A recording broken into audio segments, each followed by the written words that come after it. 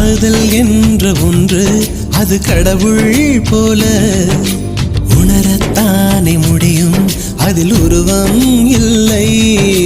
காயம் கண்ட இதயம் ஒரு குழந்தை போல வாயை மூடி அழுமே, சொல்ல வார்த்தை இல்லை.